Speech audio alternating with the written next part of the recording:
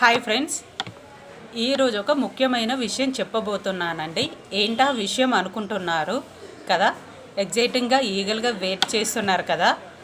అయోధ్య రామ మందిరం ప్రజెంట్ ట్రెండింగ్లో ఉన్న టాపిక్ అదే కదండి.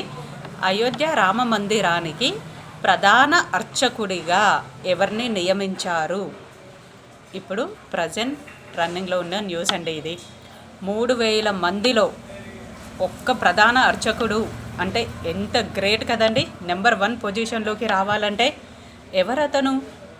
22 సంవత్సరాల వ్యక్తి మోహిత్ పాండే. ఎవరి? మోహిత్ పాండే. ఎందుకు అతనే ప్రత్యేకంగా ప్రధాన అర్చకుడిగా నియమించారు?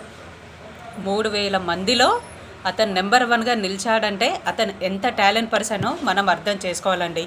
ఉత్తరప్రదేశ్కు సంబంధించిన వ్యక్తి అండి అతను. 3000 మందిలో